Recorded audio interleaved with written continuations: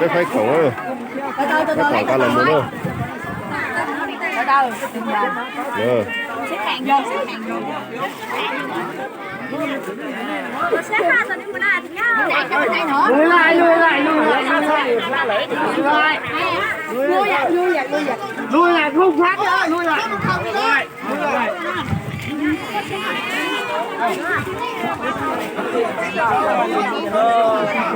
Ngông lầu là dông ly, ngông sủa là dông ly, này à?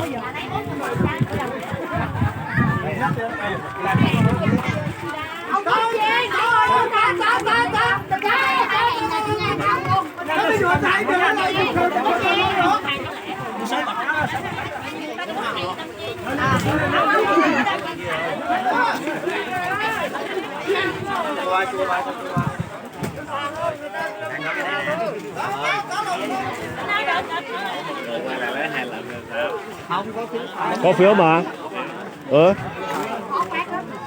Mét nói đi xuống rồi.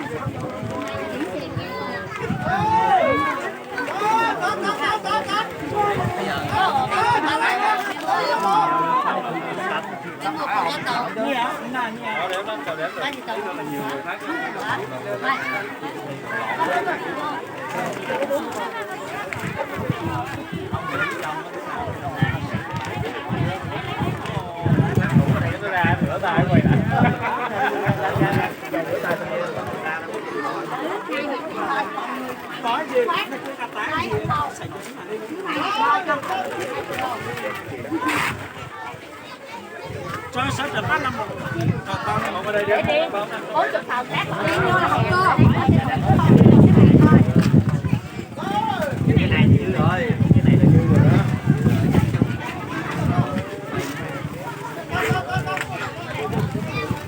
Xe hàng. Mà xe thì cái đủ cho mình.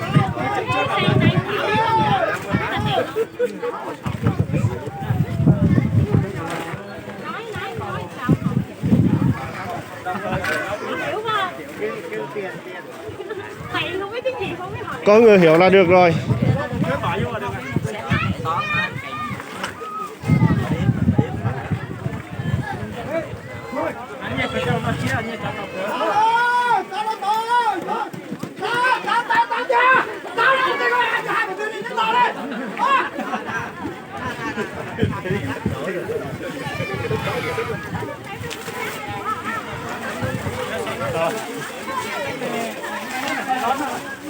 Chú ấy được khơi rồi, đánh nói được khơi rồi đó.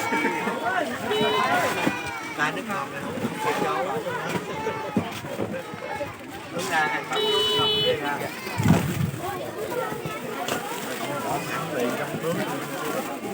Nhá, mình cái phái khổng hôm nay là có thể là chia đồ ăn Tết đấy. Đây là tất cả bà con này.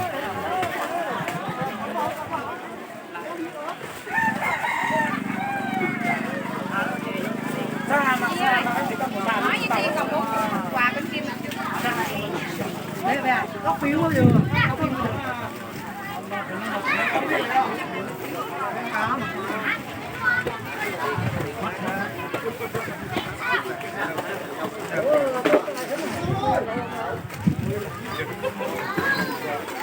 ba chuẩn bị luôn.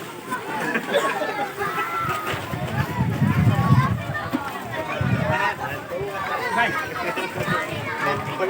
Mình nó tới sớm nó rồi áp lực.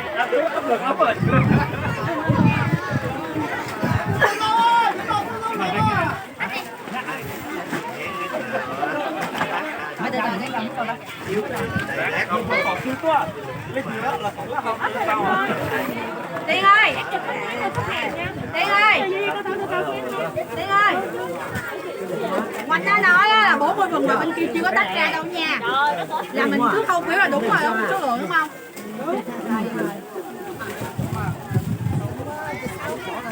Bớt cái thùng này đi. Để chắc ra bên kia mấy chục thùng. Cái nào đi cũng lẽ mình tung hết gì.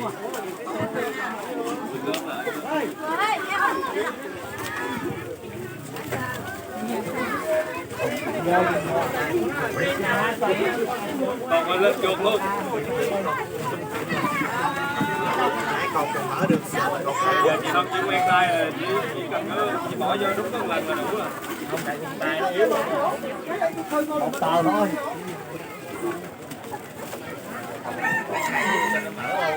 chút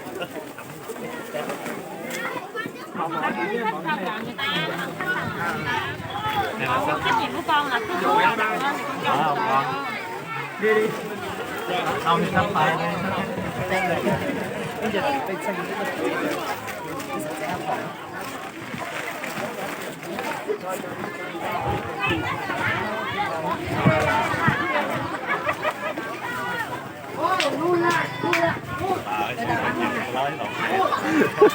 Dầu nấu bỏ nè đó.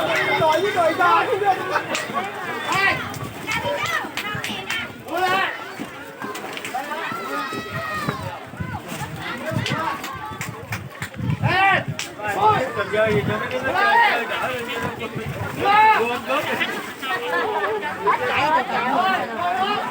kẹo không léo được.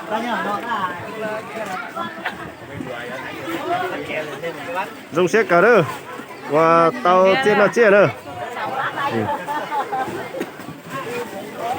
Mama mụ. Xe hàng. Sao đồ đúng hàng thì mới có cà phê cho anh nhớ đúng không? Điên ơi, Điên, mày đứng dưới đây mày phát mì tôm đi. Tao quay cho.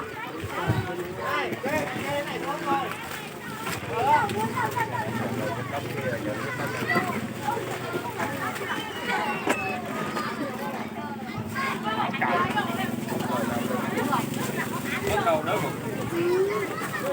đó tay Ở đâu đi?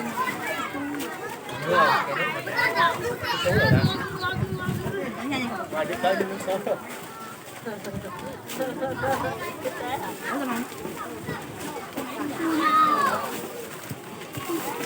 ủa hành hạt thiếu là hai gói hành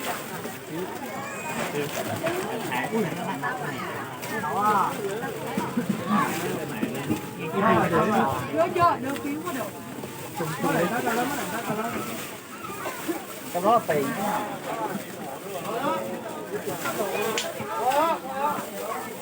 Thấy nó đi theo ngày.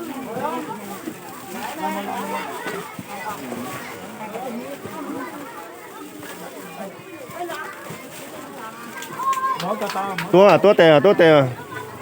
Người tụi mình nhỏ từ đấy. Ba chàng này cho.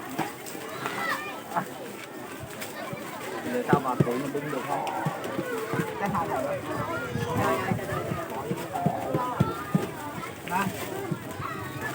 Không mới lên bán gì đâu mà chỉ bằng những món ăn gì đâu mà á. Muốn gì á?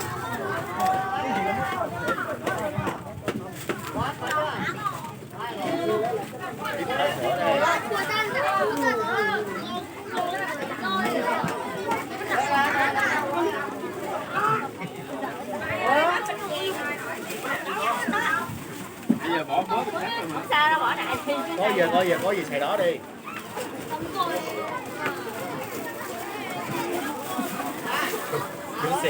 chữ xì không tung nhắn lên trên kia có từng viên trai này từng viên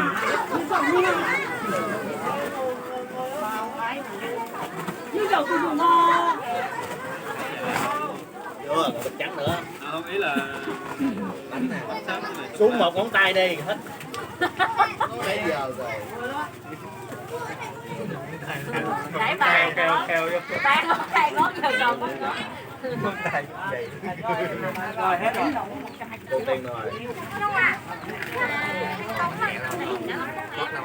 vậy anh bình hả mà cái bên kia à đâu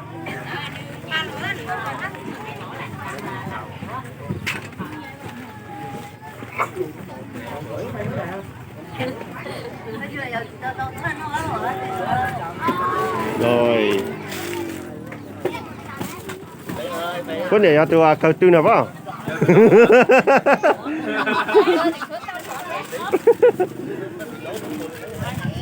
Rồi, kết thúc nha.